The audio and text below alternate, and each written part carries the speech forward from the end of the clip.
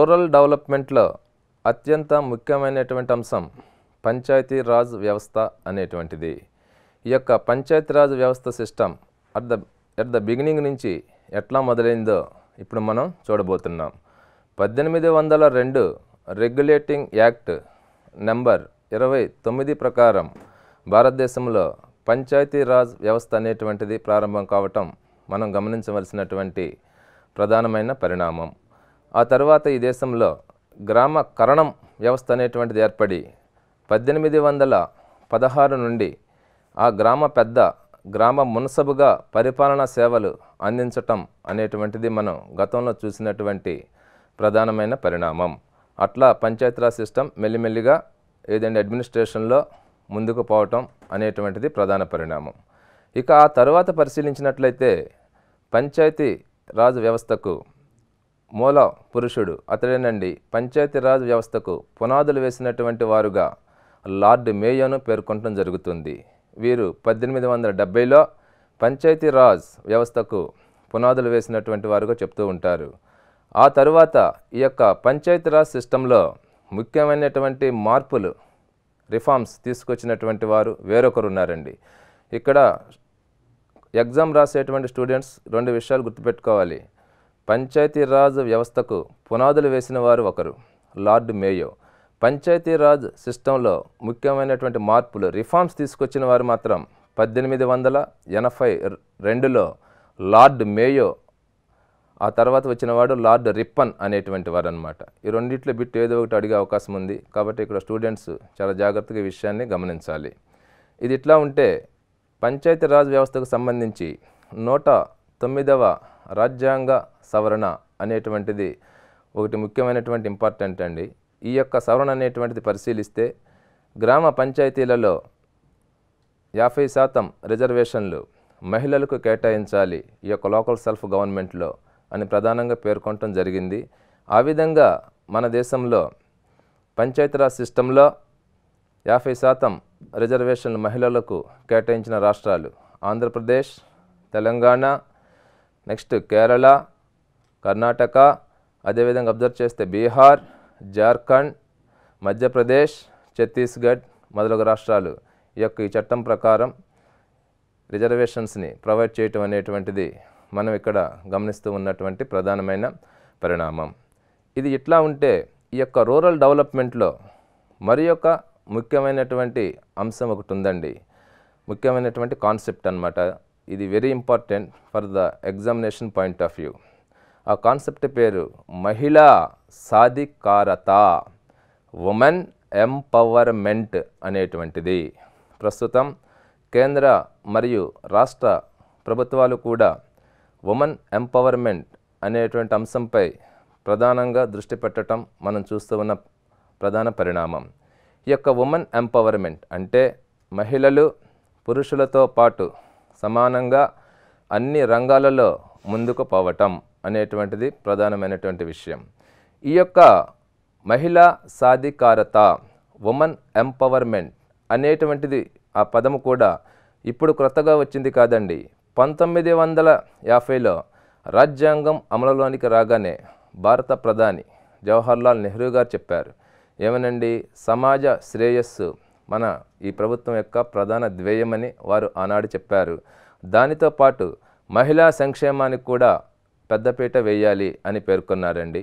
అంటే దాని అర్థం ఆనాడే మహిళా సాధికారికత అనేటువంటి అంశంపై స్వాతంత్ర్యం వచ్చినప్పటి నుంచి కూడా ఈ అంశంపై అప్పటి నుంచి ఇప్పటి వరకు కూడా అక్కడ ఉన్నటువంటి ప్రభుత్వాలు ప్రత్యేకమైనటువంటి దృష్టిని సారిస్తున్నాయని దీన్ని బట్టి మనకు అర్థమవుతూ ఉంది. అసలు ఎలా ఉంది ఈ యొక్క ఉమెన్ ఎంపవర్మెంట్, ఈ దేశం భారతదేశంలో మహిళా సాధికారత ఎలా ముందుకు పోతుంది అనేటువంటిది కనుక మనం అబ్జర్వ్ చేసినట్లయితే ఈ యొక్క మహిళా సాధికారతలో భాగంగా అంతర్జాతీయ మహిళా దినం అనేటువంటిది కూడా మార్చి 8వ తారీఖున జరుపుకోవటం అనేటువంటిది ఇందులో భాగంగానే మనం ప్రధానంగా గమనించవలసింది. ఆ తరువాత జనవరి 24వ తారీఖును జాతీయ స్త్రీ శిశు సంక్షేమ దినంగా కూడా పేర్కొనటం మనం గమనిస్తున్నాం. అంటే ఇక్కడ ఈ సమాజంలో మహిళలకు ప్రత్యేక ప్రాధాన్యత ఇవ్వాలి అని జాతీయ స్థాయిలో ఒక డేటు జనవరి 24 జాతీయ మహిళా దినం షార్ట్కట్లో దీన్ని. అదేవిధంగా అంతర్జాతీయ మహిళా దినం మార్చి 8వ తారీఖున ఏదండి వీరికి ప్రత్యేకమైనటువంటి ప్రాధాన్యత ఇవ్వటం అనేటువంటిది ఇక్కడ మనం చూస్తూ ఉన్నటువంటి మన దేశంలో ప్రధానమైనటువంటి పరిణామం. ఇది ఇట్లా ఉంటే ఈ దేశం భారతదేశంలో ఈ యొక్క మహిళల సంఖ్య ఎట్లా ఉంది అనేటువంటిది ఒక్కసారి చూస్తే దీనినే సెక్స్ రేషియో అంటారు. అంటేనండి 1000 మంది పురుషులకు స్త్రీలు ఎంతమంది ఉన్నారు అని చెప్పేదానిని సెక్స్ రేషియో లింగ నిష్పత్తి అంటారు. ఈ విధంగా పరిశీలిస్తే 1901లో ఈ దేశం భారతదేశంలో సెక్స్ రేషియో 1000 మంది పురుషులకు 970 మంది ఉన్నారు. ఇటీవల కొత్తగా వచ్చిన జనాభా లెక్కలు అంటే 2011 పాపులేషన్ సెన్సస్ రిపోర్ట్స్ ప్రకారం కనుక పరిశీలించినట్లయితే 1000 మేల్కి 943 మంది మాత్రమే మహిళలు ఉన్నారు. అంటే ఏమిటండి, మహిళల యొక్క నిష్పత్తి రాను రాను తగ్గుతూ ఉంది మన దేశంలో అని ఈ యొక్క డేటాను బట్టి మనం అర్థం చేసుకునేటువంటి అవకాశం ఉంది. ఇంకా నెక్స్ట్ మనం పరిశీలిస్తే మనకు లేటెస్ట్ అప్డేట్స్ అండి అఫీషియల్ రికార్డ్స్ 2011 జనాభా లెక్కలు. ఈ యొక్క 2011 జనాభా లెక్కల ప్రకారం ఈ దేశంలో మహిళల అక్షరాస్యత literacy rate women literacy rate in India according to 2011 census ఎంత ఉందండి? మహిళల లిటరసీ రేటు 64.6% ఉంది. అంటే గతంతో పోల్చితే ఇప్పుడు వీరి యొక్క లిటరసీ రేట్ మెల్లిమెల్లిగా పెరుగుతూ ఉంది. మరి గతంలో లిటరసీ రేట్ ఎట్లా ఉందండి? మహిళల యొక్క అక్షరాస్యత చాలా తక్కువగా ఉంది. అందుకు ఫ్యామిలీ బ్యాక్గ్రౌండ్ కావచ్చు, ఇతరత్ర టెక్నికల్ ప్రాబ్లమ్స్ ఏవైనా కావచ్చు. మరి ఇటీవల కాలంలో మహిళలు కూడా మేము సైతం అంటూ అన్ని రంగాలలో కూడా ఏదండి పురుషులతో పాటు సమానంగా మేముంటాం అంటూ ముందుకు వెళ్ళటం ఇక్కడ మనం గమనించవలసినటువంటి ప్రధానమైన పరిణామం. అందులో భాగంగా మహిళల యొక్క అక్షరాస్యత కూడా ఈ దేశంలో ఏదైనా పెరిగినట్లుగా మనకు అఫీషియల్ రికార్డ్స్ 2011 అఫీషియల్ రికార్డ్స్ అనేటువంటివి మనకు ఇక్కడ వెలుగులోకి రావటం మనం చూస్తూ ఉన్నాం. మళ్ళీ నెక్స్ట్ పాపులేషన్ సెన్సస్ అండి ఇక్కడ నుంచి 10 ఇయర్స్కి వస్తాయి. అప్పటి వరకు కూడా మనం 2011 సెన్సస్ రిపోర్ట్స్నే మనం అప్పటి వరకు ఫాలో అవ్వాల్సినటువంటి ప్రధాన పరిణామం. ఓకే, ఇంతవరకు మహిళల లిటరసీ రేట్ ఇట్లా ఉంది. మరి అదేవిధంగా అబ్జర్వ్ చేస్తే ఈ యొక్క ఉమెన్ ఎంపవర్మెంట్ మహిళా సాధికారత అనేటువంటి విషయం ఇది ఒక్క దేశంలోనే చర్చకు వచ్చిన విషయం కాదండి, ఇది అంతర్జాతీయంగా కూడా చర్చకు వచ్చినటువంటి విషయం. అందులో భాగంగా ప్రపంచవ్యాప్తంగా కూడా మహిళకు ప్రత్యేక స్థానం ఇవ్వాలి అనేటువంటి ఉద్దేశంతో ఏదండి ఈ యొక్క ఉమెన్ ఎంపవర్మెంట్కి ప్రత్యేకమైనటువంటి ప్రాధాన్యత ఇవ్వటం మనం చూస్తూ ఉన్నాం. అందులో 2018లో వరల్డ్ ఎకనామిక్ రిపోర్ట్స్ వచ్చాయండి.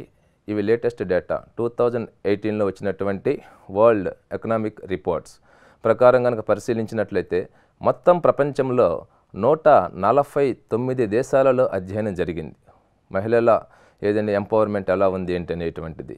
అందులో 149 దేశాలలో అధ్యయనం చేస్తే భారత్ పొందిన స్థానం 108వ స్థానం. ఎలాగండి? ప్రపంచవ్యాప్తంగా ప్రపంచంలో కనుక అబ్జర్వ్ చేసినట్లయితే ఏదైనా మహిళా వివక్షత ఎట్లా ఉంది అనేటువంటి అంశంపై అధ్యయనం చేస్తే భారత్ పొందిన స్థానం 108వ స్థానం పొందింది. ఇంకా నెక్స్ట్ ప్రపంచంలో మహిళా రాజకీయ వివక్షత అనేటువంటి అంశంపై కూడా అదే వరల్డ్ ఎకనామిక్ రిపోర్ట్ 2018 అధ్యయనం చేసిందండి. ఆ రిపోర్ట్లో భారతదేశం పొందినటువంటి స్థానం 19వ స్థానం 19th ప్లేస్ పొందింది. అంటేనండి ఇక్కడ మనం చూస్తూ ఉన్నాం, ఇక్కడ రాష్ట్ర మరియు కేంద్ర ప్రభుత్వాలు చెప్తూ ఉంటాయి ఏమనండి, గ్రామీణ ప్రాంతాలను డెవలప్ చేయాలి, రూరల్ ఏరియాస్ని డెవలప్ చేయాలి. ఎందుకని మనం ఈ దేశాన్ని అబ్జర్వ్ చేసి if you see when you may able to observe approximately 80% of the people have been living in the rural areas only. కాబట్టి దాదాపు 80% మంది ప్రజలు గ్రామీణ ప్రాంతాల్లో నివసిస్తూ ఉన్నారు. కాబట్టి గ్రామీణ ప్రాంతాలను గనక అభివృద్ధి గనక చేయగలిగితే ఆటోమేటిక్గా దేశం మ్యాక్సిమం అభివృద్ధి చెందినట్లే అనేటువంటి ఉద్దేశంతో భారత ప్రభుత్వం అనేటువంటిది గ్రామీణ అభివృద్ధికి పెద్దపీట వేయటం, ఏది బడ్జెట్లో కానివ్వండి ఇతరత్ర అంశాల్లో కానివ్వండి పెద్దపీట వేయటం మనం చూస్తూ ఉన్నటువంటి ప్రధాన పరిణామం. ఈ విధంగా ఈ యొక్క ఉమెన్ ఎంపవర్మెంట్ యొక్క రిపోర్ట్స్ను లేటెస్ట్గా వచ్చినవి 2018 రిపోర్ట్స్ కాబట్టి ఈ యొక్క ఎగ్జామ్స్ రాసే స్టూడెంట్స్ ఈ యొక్క అప్ టు డేట్ ఈ యొక్క రిపోర్ట్స్ని తప్పనిసరిగా ఒకసారి గమనించవలసినటువంటి ఇదండి ప్రధాన పరిణామం. ఇది ఇట్లా ఉంటే ఈ దేశం భారతదేశంలో గనక అబ్జర్వ్ చేస్తే మహిళలు ఎక్కువగా ఉన్నటువంటి రాష్ట్రం ఏది అంటే సెక్స్ రేషియో ఎక్కువగా ఉన్నటువంటి రాష్ట్రం ఏదండి? భారతదేశంలోనండి కేరళ 1084 మంది ఉన్నారు మహిళలు. 1000 మేల్ ఉంటే 1084 ఫిమేల్ ఉన్నారు. అదేవిధంగా పాండిచ్చేరి 1034 ఉన్నారు మహిళలు. ఇవి మహిళలు ఎక్కువగా ఉన్నటువంటి ప్రాంతాలుగా మనం గమనించవలసినటువంటి ప్రధాన పరిణామం. అదే ఒక రాష్ట్రాన్ని కనుక తీసుకున్నట్లయితే మన ఆంధ్రప్రదేశ్లో సెక్స్ రేషియో ఎక్కువగా ఉన్నటువంటి జిల్లాలు ఏమిటి? ఏదండి? విజయనగరం జిల్లా. 1000 మంది పురుషులకు 1019 మంది మహిళలు ఉన్నారు. అంటే సెక్స్ రేషియో ఎక్కువగా ఉన్నటువంటి జిల్లా ఆంధ్రప్రదేశ్లో విజయనగరం జిల్లా. దేశంలో సెక్స్ రేషియో ఎక్కువగా ఉన్నటువంటి రాష్ట్రం ఏదండి? కేరళ రాష్ట్రం అన్నమాట. కాబట్టి ఈ రెండింటిని ఒకసారి మీరు జాగ్రత్తగా ఫోకస్ చేయవలసిన పరిస్థితి. వీటిని ఫోకస్ చేస్తూనే ఈ యొక్క 2011 యొక్క డేటా ఎలా ఉంది అనేటువంటిది కూడా ఈ రెండు ఏరియాలకి మిళితం చేసి చూసుకోవాల్సినటువంటి ప్రధానమైనటువంటి పరిణామం. ఇలా సెక్స్ రేషియో ఎక్కువగా ఉన్నాయి చూసాం. మరి అదేవిధంగా భారతదేశంలో 2011 లెక్కల ప్రకారం సెక్స్ రేషియో తక్కువగా ఉన్నాయి. రాష్ట్రం ఏదండి? హర్యానా. మరి ఆంధ్రప్రదేశ్లో అనంతపూర్ జిల్లా అనేటువంటిది. ఈ రెండిట్లలో సెక్స్ రేషియో తక్కువగా ఉంది. అంటే స్త్రీ పురుష నిష్పత్తిని అబ్జర్వ్ చేస్తే మహిళల రేషియో అనేటువంటిది తక్కువగా ఉన్నటువంటి ప్రాంతాలు. ఇక్కడండి మనం చూస్తున్నాం ఈ దేశం భారతదేశంలో ఎక్కువ శాతం మేల్ అనేటువంటి దానికి ఇంపార్టెన్స్ ఇస్తున్నారు. ఫిమేల్ అనేటువంటి దానికి కొంతమంది ఇంపార్టెన్స్ ఇవ్వటం లేదని మనం ఫ్యామిలీల్లో గమనిస్తే ఈ విషయం మనకు కనపడుతూ ఉంది. ఎందుకని? అక్కడ వాళ్ళకు రకరకాల విషయాలు చెప్తున్నారు. ఏమిటి? వంశానికి వారసుడు కావాలి, అబ్బాయే కావాలి, అమ్మాయి కాదు. ఇలాంటివి కొన్ని అంశాలు. ఏదండి? ఒక పూర్ ఫ్యామిలీ తీసుకోండి, మిడిల్ ఫ్యామిలీ తీసుకోండి, ఒక రిచ్ ఫ్యామిలీ తీసుకోండి. ఏది? ఆవిడ ప్రెగ్నెంట్ అనగానే ఏమంటే నాకు బాబు కావాలి అంటున్నాడు. అదేంటంటే వంశానికి వారసుడు అంటున్నాడు. ఎవరైనా ఒకటే, ఇద్దరు కాయిన్కి బొమ్మ బొరుస ఎలాంటిదో వీళ్ళిద్దరూ కూడా ఒకటే అనేటువంటి భావన ఈ దేశం భారతదేశంలో ఎంతమందికి ఉందనేటువంటిది ప్రశ్నార్థకం. అందుకనే ఇప్పుడు మహిళా సాధికారికత ప్రత్యేకంగా సాధించవలసినటువంటి పరిణామం వచ్చింది. అలా కాకుండా మొదటి నుంచి కనుక ఈక్వల్ ప్రిఫరెన్స్ ఇస్తే అసలు నేడు మహిళా సాధికారికత అనే భావం ఉండేది కాదు. ఇద్దరు కూడా ఈక్వల్గా ఉండేటువంటి పరిస్థితి. కానీ మనం భారత రాజ్యాంగాన్ని అబ్జర్వ్ చేస్తే ఆర్టికల్ 14 చెప్తోంది ఏమనండి? All are equal, there is no doubt at all in India according to the Indian constitution. ఇక్కడ భారత రాజ్యాంగంలో ఆర్టికల్ 14 చెప్తోంది అందరూ సమానమే, స్త్రీ పురుష భేదం చూపించరాదు. ఇంకా ఆర్టికల్ 21 చెప్తోంది ఏదండి? ఈ స్త్రీ పురుషులు ఇద్దరూ కూడా తమకు నచ్చినట్లుగా జీవించే స్వేచ్ఛ ఉంది చట్ట ప్రకారం అని చెప్తున్నారు. ఇక్కడ మనకు రాజ్యాంగం కూడా ఇక్కడ రక్షణ కల్పిస్తుంది మహిళలకు. అయినా కానీ ఈ దేశం భారతదేశంలో కనుక అబ్జర్వ్ చేసినట్లయితే ఇది ప్రత్యేకంగా మహిళా సాధికారికత అనేటువంటి అంశం వెలుగులోకి వచ్చిందంటే అందుకు ఒక చిన్న ఎగ్జాంపుల్ చెప్తానండి. ఇక్కడ వెస్ట్ బెంగాల్ రాష్ట్రం ఉందండి. వెస్ట్ బెంగాల్ రాష్ట్రం యొక్క జనాభా భారతదేశం యొక్క జనాభాలో 7.5% ఉన్నారండి. ఆ వెస్ట్ బెంగాల్లో మహిళలపై వ్యతిరేకంగా జరిగేటువంటి ఈ క్రైమ్ కనుక అబ్జర్వ్ చేస్తే 12.7% ఉంది. అంటే దీన్ని బట్టి ఇది ఎలా ఉంది అనేటువంటిది మహిళలపై సొసైటీలు అనేటువంటి విషయం అర్థమవుతుంది. వీటికి పరిష్కార మార్గం ఒక్కటే, అదే ఏదండి? మహిళా సాధికారికత సాధించటం అనేటువంటిది. అందుకనే ముఖ్యంగా మనకి ఈ యొక్క రూరల్ డెవలప్మెంట్లో కూడా ఏదండి ప్రధానంగా ఈ ఎగ్జామ్ రాసేటువంటి పంచాయతీ సెక్రటరీ ఎగ్జామ్ రాసేటువంటి స్టూడెంట్స్కి మహిళా సాధికారికతపై ఎక్కువగా బిట్లు అనేటువంటిది అడిగే అవకాశం ఉంది. ఓకే, ఇంతవరకు ఒక ఎత్తు అయితే ఇక్కడ మరొక విధం మనం గమనించాలి. ఇక మరి భారత ప్రభుత్వాలు ఏం చేస్తున్నాయి మహిళా సాధికారికత విషయంలో? ఇందాక చెప్పుకున్నామండి, స్వాతంత్రం వచ్చినప్పటి నుంచి కూడా అక్కడ ఉన్నటువంటి ప్రభుత్వాలు మహిళా సాధికారికత సాధించే దిశగా తమ ప్రయత్నాలు కొనసాగిస్తున్నాయని ఇందాక మనం డేట్స్ వైడ్గా చూసాం ఎట్లా ఉంది ఏంటి అనేటువంటిది. అందులో భాగంగా మనం అబ్జర్వ్ చేసినట్లయితే కేంద్ర ప్రభుత్వం 1992లో జాతీయ మహిళా కమిషన్ అనేటువంటి దాన్ని ఏర్పాటు చేసింది. జాతీయ మహిళా కమిషన్, నేషనల్ ఉమెన్ కమిషన్ ఏర్పాటు చేశారండి.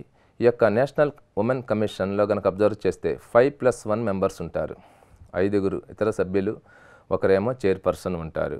ఈ యొక్క 92లో ఏర్పాటు చేసిన జాతీయ మహిళా కమిషన్ కనుక పరిశీలించినట్లయితే దాని యొక్క మొట్టమొదటి చైర్మన్ జయంతి గారు మొట్టమొదటి చైర్మన్. ప్రస్తుతం జాతీయ మహిళా కమిషన్ చైర్పర్సన్గా 9వ వారు పనిచేస్తున్నారండి. వారి పేరు రేఖా శర్మ అనేటువంటి వారు. ప్రస్తుతం 9వ వారు పనిచేస్తూ ఉన్నారు. ఇక్కడ జాతీయ మహిళా కమిషన్ని ప్రభుత్వం ఏర్పాటు చేసింది. ఎందుకండి మహిళలపై జరిగే అకృత్యాలను అరికట్టడంలో సహాయం చేయటం, మహిళల యొక్క సంక్షేమాన్ని పెంపొందింప చేయటంలో తోడ్పడటం, ఇంకా నెక్స్ట్ మహిళల హక్కులకు రక్షణ కల్పించటం అనేటువంటి ముఖ్య అంశాలతో నేషనల్ ఉమెన్ కమిషన్ను ఏర్పాటు చేయటం మనం ఇక్కడ చూస్తూ ఉన్నటువంటి ప్రధాన పరిణామం. అదేవిధంగా రాష్ట్రంలో కూడానండి రాష్ట్ర ప్రభుత్వాలు రాష్ట్ర మహిళా కమిషన్ అనేటువంటిది మన ఆంధ్రప్రదేశ్ రాష్ట్రంలో కూడా 1998లో ఏర్పాటు చేశారు రాష్ట్ర మహిళా కమిషన్ అనేటువంటిది. ఈ యొక్క రాష్ట్ర మహిళా కమిషన్ ఏర్పాటు చేసినప్పుడు అప్పటి మొట్టమొదటి రాష్ట్ర మహిళా కమిషన్ చైర్పర్సన్ సుశీలాదేవి గారు అన్నమాట.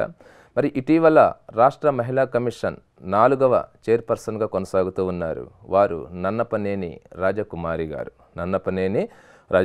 గారు. ఈ యొక్క రాష్ట్ర మహిళా కమిషన్ను గనుక అబ్జర్వ్ చేసినట్లయితే 2006లో రాష్ట్ర మహిళా కమిషన్ను రద్దు చేసిందండి రాష్ట్ర ప్రభుత్వం. ఆ తర్వాత 2013లో రాష్ట్ర మహిళా కమిషన్ను తిరిగి ప్రారంభించడం జరిగింది. ఇక్కడ ఎగ్జామినేషన్ పాయింట్ ఆఫ్ వ్యూ ఈ విషయాన్ని స్టూడెంట్స్ ఒక్కసారి జాగ్రత్తగా గమనించాలండి. ఆ ఇయర్స్ని 2013లో తిరిగి రాష్ట్ర మహిళా కమిషన్ను తిరిగి ప్రారంభించటం మనం చూస్తూ ఉన్నాం. ప్రస్తుతం నన్నపనేని రాజకుమారి గారు ఆ కమిషన్కు చైర్పర్సన్గా వ్యవహరిస్తున్నారు.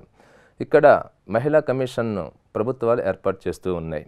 ఇవి తమ యొక్క రిపోర్ట్ను ఇయర్లీ వన్స్ ప్రభుత్వానికి సమర్పించాలి. ఇంకా మహిళలపై ఏమైనా అకృత్యాలు జరుగుతూ ఉన్నట్లయితే ఇప్పుడు ఉన్న చట్టాల్లో ఏమైనా మార్పులు తేవాలా, అలాంటి అంశాలపై కూడా ఈ యొక్క మహిళా కమిషన్ అనేటువంటిది ప్రభుత్వానికి ఈ 1 yearకి ఒకసారి రిపోర్ట్ సమర్పిస్తాయని చెప్పుకున్నాం. ఆ రిపోర్ట్లో వీరి యొక్క సజెషన్స్ అనేటువంటివి అక్కడ ప్రభుత్వానికి తెలియచేయాలి. అప్పుడు ప్రభుత్వం వాటిని పరిశీలించి మరి ఏం చేద్దాం ఏంటి అనేటువంటిది ఆ ప్రకారం ముందస్తు జాగ్రత్తలు ప్రభుత్వం తీసుకునేటువంటి అవకాశం లేకపోలేదు. ఇది ఇలా ఉంటే ఇక్కడ ఈ యొక్క మహిళా సాధికారతలో భాగంగా ఇప్పటి నుంచి కాదండి గతం నుంచి కూడా అనేక చట్టాలు ఉన్నాయి. అందులో కనుక ఒకటి అబ్జర్వ్ అవేంటో ఒకసారి ముఖ్యమైన పరిశీలిద్దామండి. అందులో కనుక పరిశీలించినట్లయితే వితంతు పునర్వివాహ చట్టం అనేటువంటిది అమల్లోకి రావటం జరిగింది మన దేశంలో 1856వ సంవత్సరంలో నుంచి ఆ చట్టం అమల్లోకి వచ్చిందండి. వితంతు పునర్వివాహ చట్టం అంటే ఆవిడ వితంతువు, ఇక ఆవిడ అట్లనే ఇంట్లో అట్టు పెట్టేసేవాడు, ఇక నీ లైఫ్ ఇంతే అని. అది కరెక్ట్ కాదు. ఆవిడకు మరలా పునర్వివాహం చేయండి, సిరిమల్లె చెట్టు మళ్ళీ చిగురిస్తుంది అనేటువంటి దృక్పథంతో మరలా పునర్వివాహం చేయటం ఆ చట్టం 1856లో ఏదండి మన దేశంలో ఇంప్లిమెంటేషన్లోకి రావటం జరిగింది. ఇది మహిళా సాధికారికతలో ఇదొక భాగంగా మనం చెప్పుకోవటానికి అవకాశం ఉన్నటువంటి పరిస్థితి. ఇది ఎట్లా ఉంటే ఈ భారతదేశంలో బాల్య వివాహాల నిరోధక చట్టం 1929లో చేశారు. చైల్డ్ మ్యారేజెస్ని ఏదండి బ్యాన్ చేయాలి అని చట్టం తెచ్చారు. అసలు ఈ చట్టం అమల్లోకి వచ్చినప్పుడండి అబ్బాయి వయసు 18 సంవత్సరాలు, అమ్మాయి వివాహ వయసు 14 సంవత్సరాలుగా డిసైడ్ చేశారు. ఈ విషయాన్ని గుర్తుపెట్టుకోవాలి. ఈ చట్టం అమల్లోకి వచ్చినప్పుడు అబ్బాయి వివాహ వయసు 18, అమ్మాయి వివాహ వయసు 14 సంవత్సరాలు. ఆ తర్వాత 1978వ సంవత్సరంలో ఈ వివాహ వయసులో మార్పులు చేశారు. అబ్బాయి వివాహ వయసు 21, అమ్మాయి వివాహ వయసు 18 సంవత్సరాలుగా ఇక్కడ ప్రభుత్వాలు నిర్ణయించటం మనం గమనించినటువంటి ప్రధాన పరిణామం. అంటే ఏది ఏమైనా బాల్య వివాహాలు నిరోధక చట్టం, చైల్డ్ మ్యారేజెస్ చేయకూడదు. అందుకని ప్రభుత్వం వారు ప్రతి ఒక్క వివాహాన్ని కూడా రిజిస్టర్ చేయాలి, రిజిస్టర్ సర్టిఫికెట్ పొందాలి అని చెప్తున్నారు. ఎందుకనండి వీళ్ళు రిజిస్టర్ అక్కడ వివాహానికి ముందే వీళ్ళు రిజిస్ట్రేషన్ చేయించుకోవాలి. అక్కడ వాళ్ళు సర్టిఫికెట్స్ పరిశీలిస్తారు. ఆ ఏజ్ లేదని కనుక వారు నిర్ధారించినట్లయితే ఆ వివాహాన్ని చల్లనట్లుగా ఆ వివాహాన్ని ఆపేసేయటం అనేటువంటి జరిగేటువంటి ప్రధాన పరిణామం. ఇవన్నీ కూడా ముఖ్యంగా భారత ప్రభుత్వం తీసుకునేటువంటి మహిళా సాధికారతలో కొన్ని అంశాలుగా మనం చూస్తూ ఉన్నటువంటి ప్రధానమైనటువంటి పరిణామం. ఇది ఇట్లా ఉంటే వరకట్న నిషేధ చట్టం అనేటువంటిది మరొక చట్టం తీసుకురావటం జరిగిందండి. ఇది కూడా మహిళా సాధికారతలో మరొక భాగం. 1961లో వరకట్న నిషేధ చట్టం అనేటువంటి చట్టాన్ని తీసుకురావటం జరిగింది. దీని ప్రకారం కట్నం ఇచ్చినా నేరమే, తీసుకున్నా నేరమే. మరి ఈ విషయాన్ని మీరు అబ్జర్వ్ చేస్తే ఇదే 60 పైన సుప్రీంకోర్టుకి వెళ్ళింది ఈ కేసు. ఏది భారత రాష్ట్రపతి గారు ఆర్టికల్ 143 ప్రకారం సుప్రీంకోర్టును సలహా అడిగాడు. ఎలాగండి, అటు నుంచేమో గర్ల్స్ పేరెంట్స్ వచ్చారు, ఇటు నుంచేమో బాయ్స్ పేరెంట్స్ వచ్చారు రాష్ట్రపతి దగ్గరికి. ఏంటమ్మా అన్నాడు రాష్ట్రపతి గారు. అంటే వాళ్ళు చెప్పారు కట్నం ఇచ్చుకోలేకపోతున్నామండి, మరీ ఎక్కువైపోయినాయి కట్నాలు అన్నారు. ఇటు బాయ్స్ పేరెంట్స్ని అడిగాడు. వాళ్ళు ఏమన్నారు, ఈ వీళ్ళకి పెట్టిన ఈ చదువు ఖర్చు కూడా రావట్లేదండి, ఇంకా కట్నాలు పెంచండి, ఫిక్స్డ్ రేట్లు పెట్టేసేయండి అన్నారు. అప్పుడు రాష్ట్రపతి గారు ఇటు చెబితే వాళ్ళకు కోపం, వాళ్ళకు చెబితే వీళ్ళకు కోపం. ఏం చేద్దామని చెప్పి అప్పుడు 1960 మీద రాష్ట్రపతి గారు ఆర్టికల్ 143 ప్రకారం సుప్రీంకోర్టుని సలహా అడిగారు. రాజ్యాంగం ప్రకారం అండి, భారత రాష్ట్రపతికి ఆర్టికల్ 143 ప్రకారం సుప్రీంకోర్టును సలహా అడిగే అవకాశం ఉంది.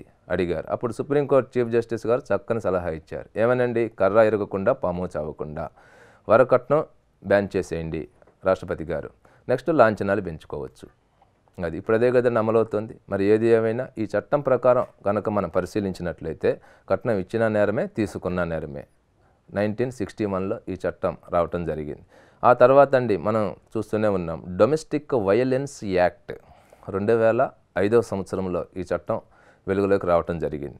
ఇదండి ప్రధానంగా మనం అబ్జర్వ్ చేసినట్లయితే ఏదో ఒక సామెత ఉంది, దేశంలో రైతు కన్నీరు పెడితే దేశానికి అరిష్టం, ఫ్యామిలీలో ఆడపడుచు కన్నీరు పెడితే ఫ్యామిలీలో ఉన్నవారందరికీ అరిష్టం. ఈ విషయాన్ని గమనించినట్లుందండి ఏదండి భారత ప్రభుత్వం గమనించి డొమెస్టిక్ వైలెన్స్ యాక్ట్ 2005ను తీసుకురావటం జరిగింది. డొమెస్టిక్ వైలెన్స్ యాక్ట్ అంటే అమ్మాయికి వివాహం అయింది, అత్తవారింటికి వెళ్ళింది, అక్కడ అత్తగారింట్లో ఉన్నటువంటి వారు ఎవరైతే ఉన్నారో వారు ఏదండి ఈ అమ్మాయిని వేధిస్తున్నారు, హింసకు గురి చేస్తున్నారు, భర్త ఏమో ఇంకా కట్నం తెమ్మంటున్నాడు, ఇలాంటివి హెరాస్మెంట్. ఈ హెరాస్మెంట్లో రకాలు ఉన్నాయి, ఇక రకరకాల హెరాస్మెంట్, శారీరకంగా వేధించటం, మానసికంగా వేధించటం, ఇట్లా అండ్ ఎక్సెట్రా ఎక్సెట్రా. అప్పుడు ఈవిడికి రక్షణ ఏది? అందుకనే భారత ప్రభుత్వం డొమెస్టిక్ వైలెన్స్ యాక్ట్, గృహహింస చట్టం అనేటువంటి దాన్ని 2005వ సంవత్సరంలో తీసుకురావటం జరిగింది. ఇది కూడానండి మహిళా సాధికారత సాధించటంలో ఒక భాగంగానే అని మనం ఇక్కడ గమనించవలసినటువంటి ప్రధానం. ఇటీవలండి ఈ చట్టంలో కూడా కొన్ని మార్పులు చేశారు. ఇది వరకటిలాగా ఈ చట్టం లేదండి. ఇది వరకు అనుకోండి, ఈవిడ వెళ్ళి పోలీస్ స్టేషన్లో కేసు పెట్టగానే వాళ్ళు అరెస్ట్ చేసేవాళ్ళు. ఎంతమంది పేర్లు అయితే రాశారో ఈవిడ వారందరినీ తీసుకెళ్ళి అరెస్ట్ చేసేవారు. ఇప్పుడండి సుప్రీంకోర్టు తాజా ఉత్తర్వుల ప్రకారం ఈవిడ రాసిన పేర్లన్నింటినీ కూడా అరెస్ట్ చేసి కోర్టుకు సబ్మిట్ చేయటం కాదండి, పోలీసు వారు ఇక్కడ విచారణ జరిపి అందులో ఎంతవరకు కరెక్ట్ అనేటువంటిది పరిశీలించి అందులో దోషులు అని తేలిన వారిని మాత్రమే అరెస్ట్ చేయాలని ఇటీవల సుప్రీంకోర్టు ఈ చట్టంలో మార్పులు తేవటం కూడా ఇక్కడ ప్రధానంగా గమనించవలసినటువంటి ప్రధాన పరిణామం. ఇట్లా డొమెస్టిక్ వైలెన్స్ యాక్ట్. ఇంకా నెక్స్ట్ మనం అబ్జర్వ్ చేసినట్లయితే ఏదండి నిర్భయ చట్టం 2013వ సంవత్సరంలో నిర్భయ చట్టం ఫిబ్రవరిలో ఈ చట్టాన్ని తీసుకురావటం జరిగింది. జస్టిస్ వర్మ సూచనల ప్రకారం ఈ భారతదేశంలో నిర్భయ చట్టం అనేటువంటిది దేశంలో వెలుగులోకి రావటం జరిగింది. ఇది ఎప్పుడండి 2012లో డిసెంబర్ 16న మెడికల్ విద్యార్థిని ఢిల్లీలో నుండి నిర్భయపై అత్యాచారం చేసి ఆవిడ ఆ తర్వాత చనిపోవటం మనం గమనించాం. ఇందులో భాగంగా దేశవ్యాప్తంగా ఈ సంఘటనపై నిరసన ఎక్కువగా రావటం, ఇది గమనించినటువంటి భారత ప్రభుత్వం నిర్భయ చట్టాన్ని తెచ్చే ముందు అసలు ఏం చేద్దాం ఏంటి ఒకసారి పరిశీలించి మాకు రిపోర్ట్ ఇవ్వండి అని జస్టిస్ వర్మ అనేటువంటి వారిని నియమించటం, వారిచ్చిన రిపోర్ట్ల ఆధారంగా భారత ప్రభుత్వం ఫిబ్రవరి 2013లో నిర్భయ చట్టాన్ని మన దేశంలో తీసుకురావటం అనేటువంటిది ఇక్కడ మనం గమనించవలసినటువంటి ప్రధాన పరిణామం. ఇంకా నెక్స్ట్ మనం పరిశీలిస్తే ఇటీవల లేటెస్ట్గా 2018లో నుండి భారత రాష్ట్రపతి గారు ఒక ఆర్డినెన్స్ని తీసుకురావటం జరిగింది. అదేమిటంటే మహిళలపై లైంగిక వేధింపుల నిరోధక బిల్లు అనేటువంటిది రావటం జరిగింది 2018లో నుండి. ఇది ఒక ఆర్డినెన్స్గా రాష్ట్రపతి గారు ఇష్యూ చేశారు. ఇదేమిటండి, ఇక్కడ ఈ భారతదేశంలో భారత ప్రభుత్వం చెప్తూనే ఉంది ఎప్పటికప్పుడు ఏమనండి, మహిళా సాధికారత సాధిద్దాము, అందుకు మీరు తోడ్పాటు ఇవ్వండి అంటున్నారు. ఇలాంటి విషయాలను కనుక పరిశీలిస్తే మహిళలపై అకృత్యాలు పెరిగిపోయాయి, అది కూడా బిలో 18 ఏజ్ వారిపై. ఇది గమనించినటువంటి భారత ప్రభుత్వం ఈ యొక్క రాష్ట్రపతి గారి ద్వారా ఈ యొక్క ఆర్డినెన్స్ 2018లో తెచ్చారు. దీని ప్రకారం అబ్జర్వ్ చేస్తే 12 సంవత్సరముల లోపు యొక్క బాలికలపై అఘాయిత్యానికి గనక ఎవరైనా పాల్పడినట్లయితే వాళ్ళకు ఉరిశిక్ష విధించటం అనేటువంటిది ఈ ఆర్డినెన్స్ యొక్క ప్రధానమైన ధ్యేయంగా ఉంది. ఇంకా నెక్స్ట్ అబ్జర్వ్ చేసినట్లయితే అదే 16 సంవత్సరముల లోపు బాలికలపై అఘాయిత్యానికి గనక పాల్పడినట్లయితే వాళ్లకు యావజ్జీవ కారాగార శిక్ష, బతికినంతకాలం జైల్లోనే ఉండటం అనేటువంటిది ఈ యొక్క ఆర్డినెన్స్ యొక్క ప్రధాన ఉద్దేశం. ఇంకా నెక్స్ట్ మనం పరిశీలించినట్లయితే 18 సంవత్సరాలు దాటినటువంటి మహిళలపై కనుక అఘాయిత్యానికి పాల్పడితే గతంలో 10 సంవత్సరాలు ఉండేదండి శిక్ష పనిష్మెంటు, ఇప్పుడు దానిని 20 సంవత్సరాలకు పెంచారు.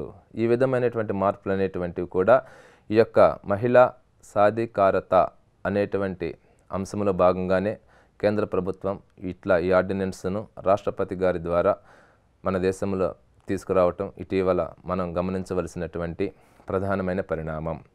ఇట్లా మనం చూస్తూనే ఉన్న ఒకటి కాదు రెండు కాదు ఎన్నో ఎన్నో ఎన్నో చట్టాలు ఉన్నాయి. అర్థమైందండి.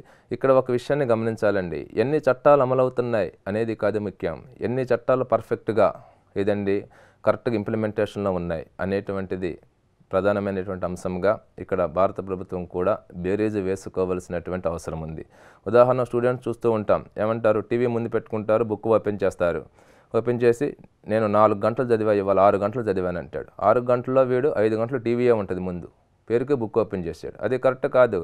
ఎన్ని గంటలు చదివామనేది కాదు ముఖ్యం, ఎంత పర్ఫెక్ట్గా చదివామనేది ముఖ్యం. అదేవిధంగా దేశంలో ఎన్ని చట్టాలు ఉన్నాయనేది కాదు ముఖ్యం, ఎన్ని చట్టాలు కరెక్ట్గా మహిళలకు రక్షణ కల్పిస్తున్నాయి అనేటువంటిది అతి ముఖ్యమైనటువంటి అంశంగా గమనించవలసినటువంటి ప్రధాన పరిణామం. ఇది ఇట్లా ఉంటే 108వ రాజ్యాంగ సవరణ బిల్లు అనేటువంటిది వార్తలోకి వచ్చిందండి. దీనినే మహిళా రిజర్వేషన్ బిల్లు అంటారు. మహిళా రిజర్వేషన్ బిల్లు మన యొక్క చట్టసభలలో కనుక పరిశీలించినట్లయితే ఈ యొక్క మహిళా రిజర్వేషన్ బిల్లు ఇది బిల్లుగానే ఉండిపోతుంది, కానీ దీనికి చట్టరూపత అనేటువంటిది కల్పించలేకపోతుంది. ఇది 2008లో ఇది బిల్లుగా ప్రవేశపెట్టడం జరిగింది. ఇది రాజ్యసభలో ఓకే అయినా కానీ లోక్సభలో మాత్రం ఈ బిల్లు సరైన మెజారిటీతో ముందుకు పోలేకపోయింది ఇప్పటి వరకు కూడా. ఒకవేళ 108వ రాజ్యాంగ సవరణ బిల్లు అంటే మహిళా రిజర్వేషన్ బిల్లు ఇది గనక పాస్ అయినట్లయితే ఏమిటి పరిస్థితి? ఏమిటండి, ఇప్పటి వరకు మీరు అబ్జర్వ్ చేస్తే మహిళలకు దేశంలో ప్రత్యేకంగా ఎడ్యుకేషన్లో రిజర్వేషన్స్ ఉన్నాయి, ఉద్యోగాల్లో రిజర్వేషన్స్ ఉన్నాయి, కానీ రాజకీయాలలో రిజర్వేషన్స్ లేవు. మళ్ళీ స్థానిక సంస్థలలో అతి కష్టం మీద రిజర్వేషన్స్ ఇవ్వటం జరిగింది. ఎమ్మెల్యేలుగా ఎంపీలుగా వీరు పోటీ చేయాలి అంటే వీరికి ప్రత్యేక రిజర్వేషన్ అంటూ లేదు. కాబట్టి మహిళలు ఆ విషయం గురించే పోరాడుతూ ఉన్నారు మొదటి నుంచి కూడా. మాకు ఉమెన్ రిజర్వేషన్ కావాలి చట్టసభలలో అంటున్నారు. ఇది గమనించినటువంటి ఈ విషయాన్ని కనుక మీరు అబ్జర్వ్ చేస్తే మొట్టమొదటిగా భారత ప్రధానతను దేవగౌడ కర్ణాటకకు చెందినవారు. వీరు దేశ ప్రధాని అవ్వగానే వీరు ఒకటే భావించారు, మహిళలకు ఉమెన్ రిజర్వేషన్ మనం కల్పిద్దాము అని ఆయన భావించి ఆయన ప్రధానిగా ఉన్నప్పుడు లోక్సభలో ఈ బిల్లు ప్రవేశపెట్టడం, ఆ బిల్లు వీగిపోవటం, ఇక ఆయన ఆ బిల్లుని వదిలేసేయటం మనం గతంలో గమనించినటువంటి ప్రధాన పరిణామాలు. మరి ఒకవేళ ఈ యొక్క 108 రాజ్యాంగ సవరణ బిల్లు అంటే మహిళా రిజర్వేషన్ బిల్లు గనక అమలులోకి వస్తే అంటే చట్టరూపం దాల్చితే ఏమిటండి లాభం మహిళలకు అంటే ఈ దేశం భారతదేశంలో మొత్తం 4109 ఎమ్మెల్యే సీట్లు ఉన్నాయండి. అందులో మహిళలకు 1370 సీట్లు కేటాయించాల్సిందే ఈ బిల్లు అమలులోనికి వస్తే. ఇంకా నెక్స్ట్ ఈ దేశం భారతదేశంలో మొత్తం 453 లోక్సభ స్థానాలు ఉన్నాయి. ఈ బిల్లు గనుక ఈ మహిళా రిజర్వేషన్ బిల్లు గనుక చట్టరూపత దాల్చితే అప్పుడు 181 లోక్సభ స్థానాలు మహిళలకు తప్పనిసరిగా కేటాయించవలసినటువంటి ప్రధాన పరిణామం. అప్పుడు వీరి కోట వీరికి ఉంటుంది. ఇక ఆ కోటని వేరే మేలెవరు కూడా ఆ సీట్లను పొందే అవకాశం ఉండదు. అదండి ఈ యొక్క మహిళలు కోరేటువంటి ప్రధానమైనటువంటి అంశం చట్టసభలలో. ఇంతవరకు బాగానే ఉంది. మరి మనం చూసాం ఈ యొక్క మహిళా రిజర్వేషన్ బిల్లు కనుక పరిశీలిస్తే ఈ బిల్లును ప్రవేశపెట్టినప్పుడు ఈ బిల్లును ఎప్పుడైతే ప్రవేశపెట్టారో ఇదండి 2008లో అప్పుడు ఈ దేశ కాంగ్రెస్ అధ్యక్షురాలు ఓ మహిళ సోనియా గాంధీ గారు, అప్పుడు ఈ దేశ రాష్ట్రపతి ఓ మహిళ ప్రతిభా దేవ్ సింగ్ పాటిల్ గారు, ఆ సమయమున లోక్సభ స్పీకర్ ఓ మహిళ మీరా కుమారి గారు, ఆ సమయమున లోక్సభ ప్రతిపక్ష నాయకురాలు ఓ మహిళ సుష్మా స్వరాజ్ గారు. ఇంతమంది మహిళలు ఉండగా రాని ఉమెన్ రిజర్వేషన్ బిల్లు ఇంకెప్పుడు మాకు వస్తుంది అనేటువంటిది మహిళలు నేడు ఏదండి మాట్లాడటం అనేటువంటిది మనం ఇక్కడ గమనించవలసినటువంటి ప్రధాన పరిణామం. ఏది ఏమైనా ఈ యొక్క ఆ నాటి నుంచి ఈనాటి వరకు కూడా ఈ యొక్క ఉమెన్ రిజర్వేషన్ అనేటువంటిది ఈ యొక్క మహిళల విషయాల్లో అందని ద్రాక్షగానే ఉండిపోయింది.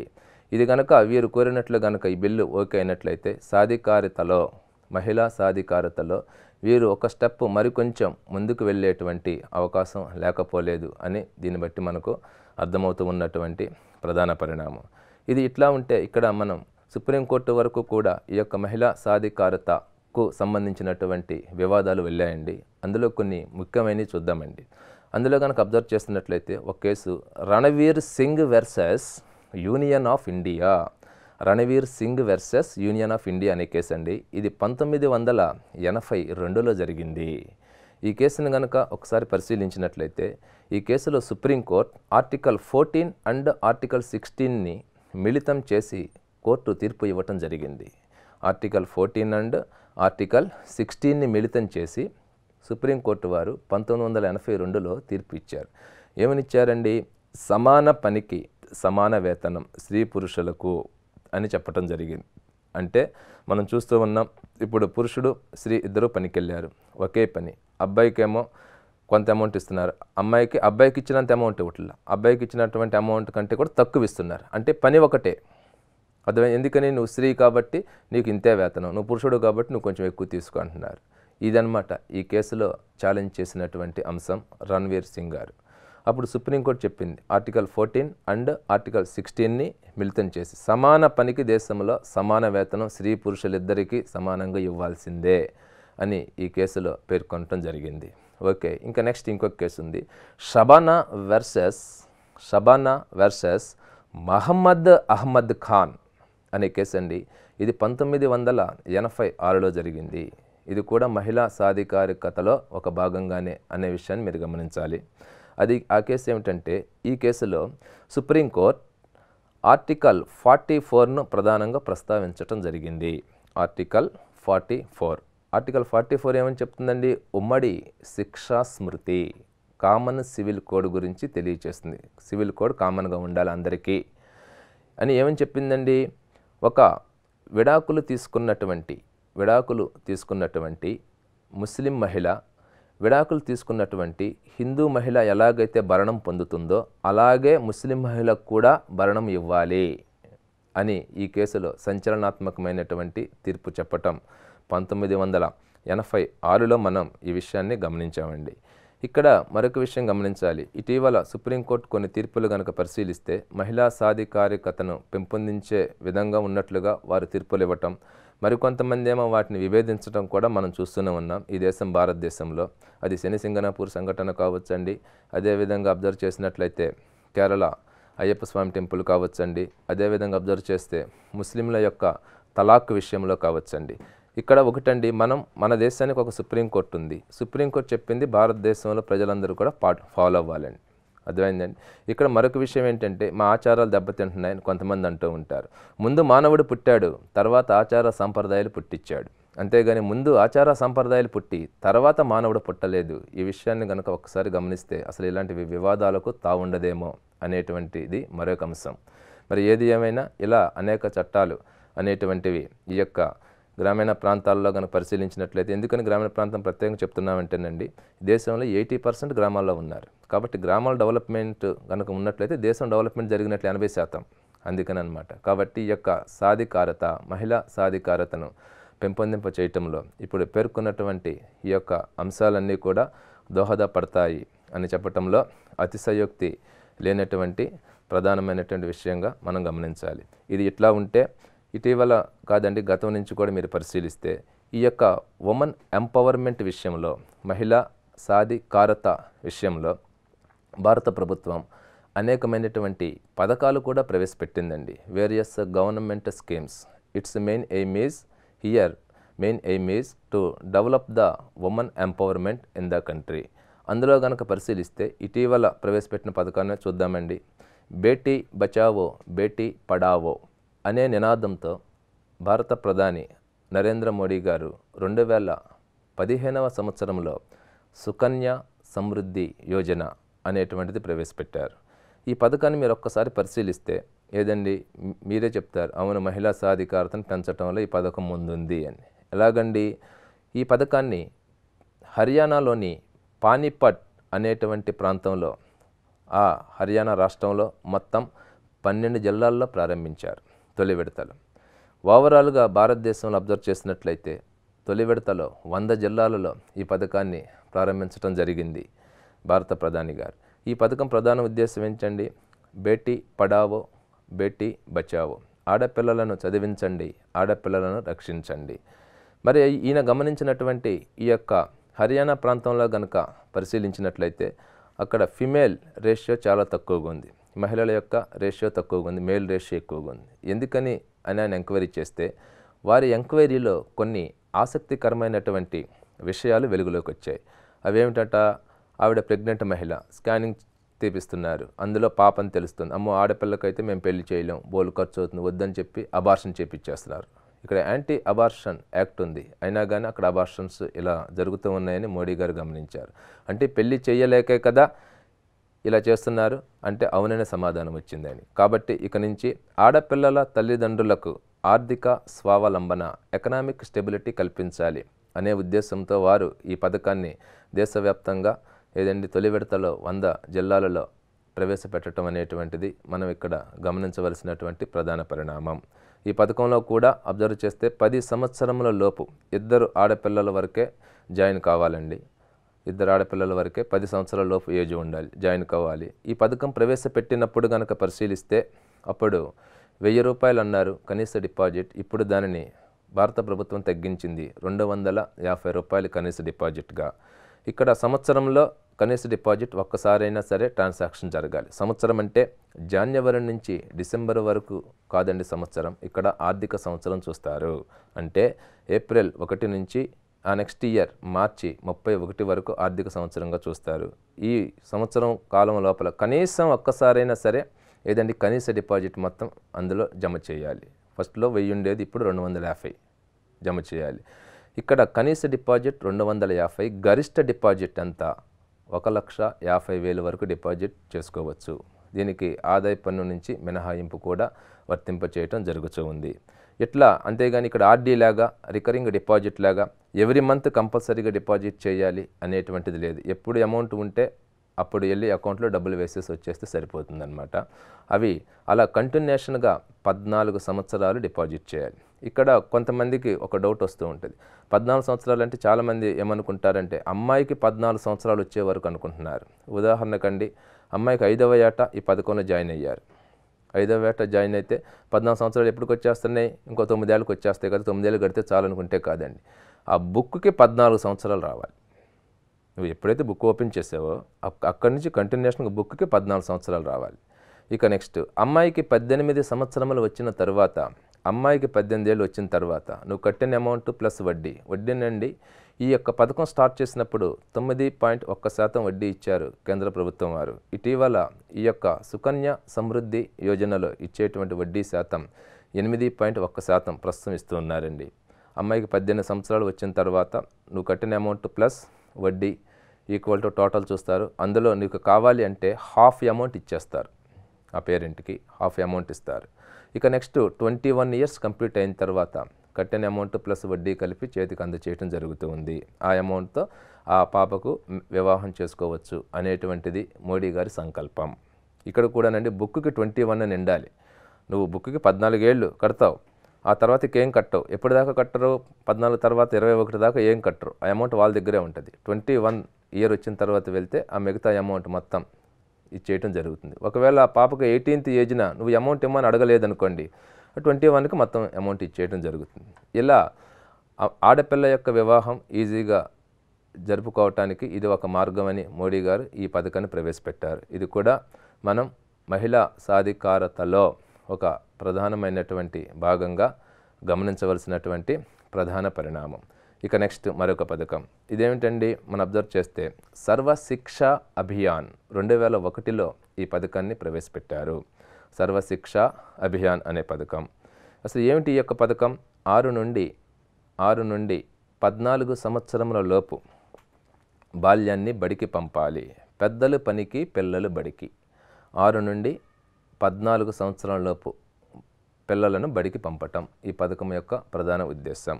ఆ తర్వాత అధికారంలోనికి వచ్చినటువంటి ఏదండి కాంగ్రెస్ ప్రభుత్వం 2007లో సర్వశిక్ష అభియాన్ పథకం అనే పేరును రాజీవ్ విద్యా మిషన్గా మార్చారు. 2007లో మార్చారు.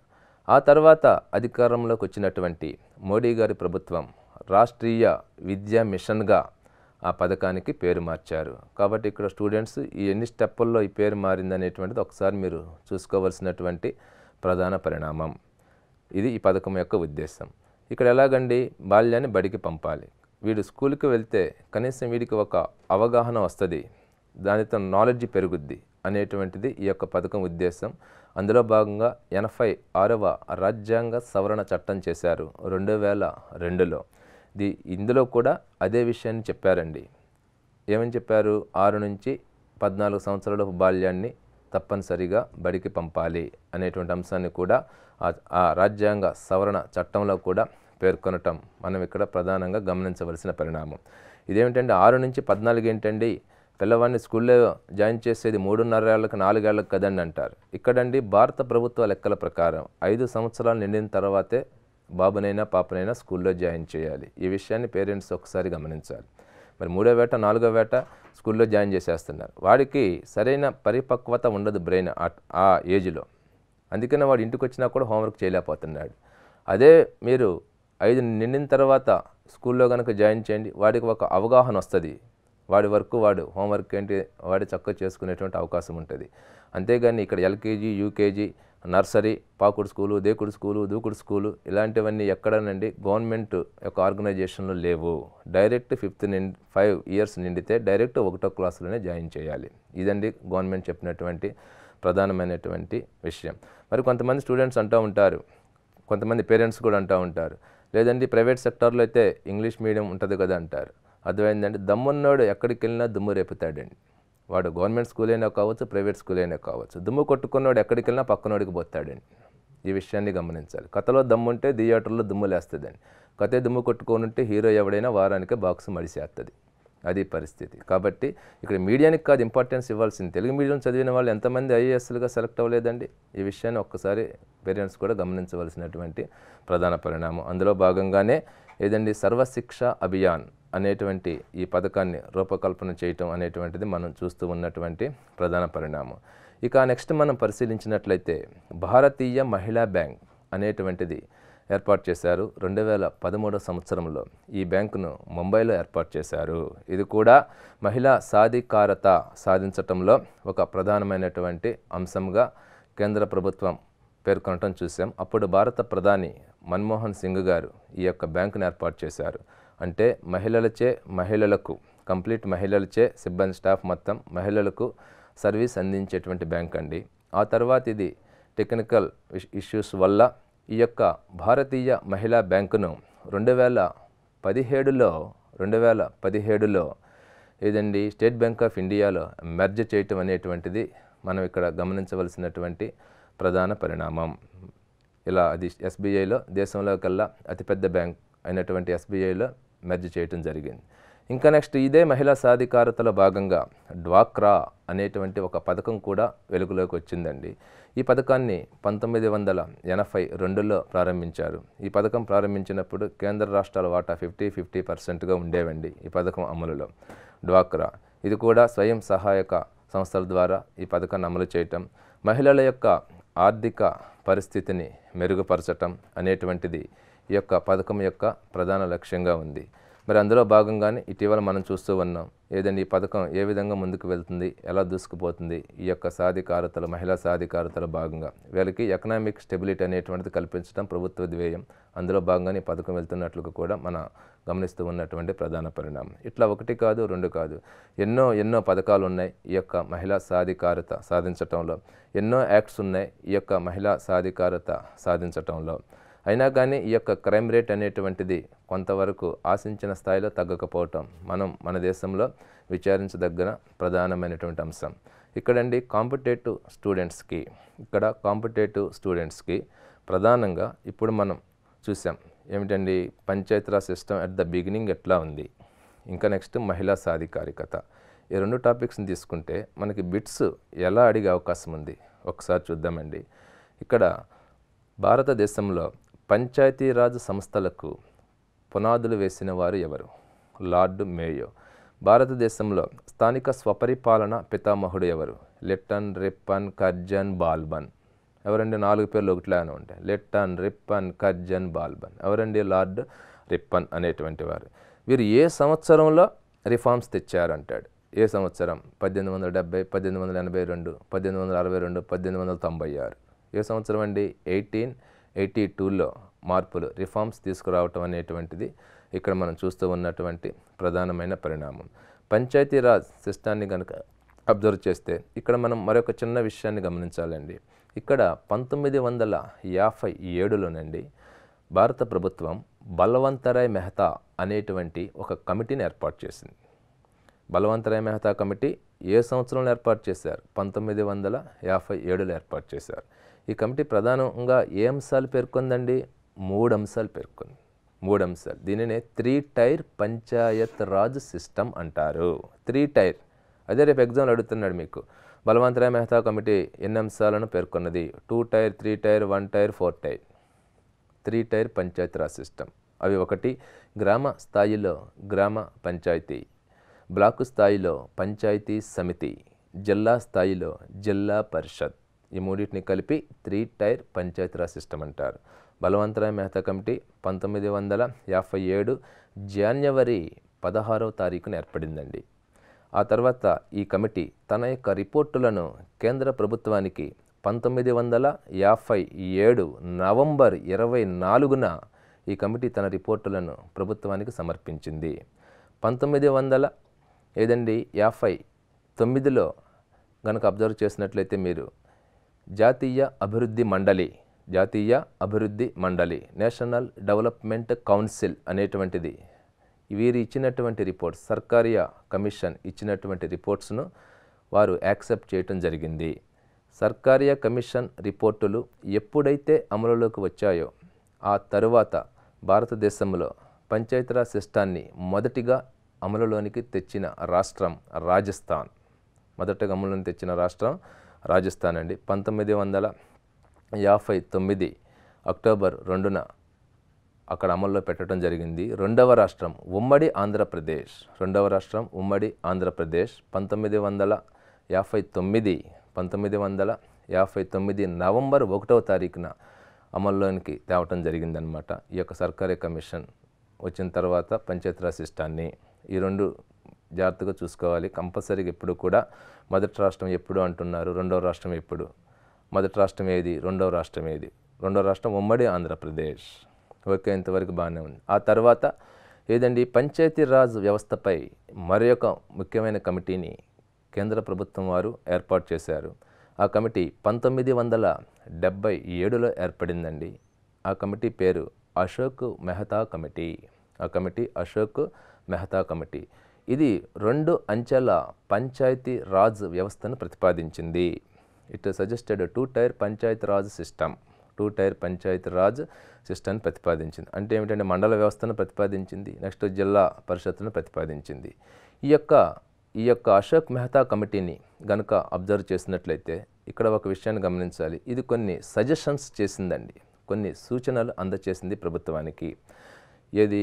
అశోక్ మెహతా కమిటీ సూచించిన సూచనలు ఏమిటండి ప్రభుత్వానికి? 1, న్యాయ పంచాయతీలు ఏర్పాటు చేయాలి. న్యాయ పంచాయతీలు అంటే ఆ గ్రామ స్థాయిలో ఏమైనా గొడవలు వచ్చాయి, ఇష్యూస్ వచ్చాయి, ఆ గ్రామంలోనే పరిష్కారం చేయటం, న్యాయ పంచాయతీ ఏర్పాటు చేయాలి. అదే రేపు మీకు ఎగ్జామ్లో అడుగుతున్నాడు, న్యాయ పంచాయతీలను ఏర్పాటు చేయాలని ఏ కమిటీ పేర్కొన్నది? అశోక్ మెహతా కమిటీ పేర్కొన్నది. ఇంకా నెక్స్ట్ ఈ యొక్క పంచాయతీ రాజ్ సంస్థల కాల పరిమితి సాధారణంగా 5 సంవత్సరాలు కదండి, దానిని 4 సంవత్సరాలకు తగ్గించమని ఈ కమిటీ ప్రభుత్వానికి తమ యొక్క సూచనగా చెప్పటం మనం ఇక్కడ గమనించవలసిన ప్రధాన పరిణామం. అంటే ఏ కమిటీ పంచాయతీరాజ్ సంస్థల కాల పరిమితిని 4 సంవత్సరాలు చేయాలని పేర్కొన్నది? అశోక్ మెహతా కమిటీ అనేటువంటిది. ఇవన్నీ కూడా పంచాయతీరాజ్ సిస్టమ్ నుంచి మనకు బిట్స్ ఎక్కువగా అడిగేటువంటి అవకాశం ఉంది. ఇంకా నెక్స్ట్ మనం అబ్జర్వ్ చేసినట్లయితే ఇటువైపు వచ్చినట్లయితే ఏదండి, మహిళా సాధికారికతలో మరి భారతదేశంలో ప్రస్తుతం ఫిమేల్ లిటరసీ రేట్ ఎంత?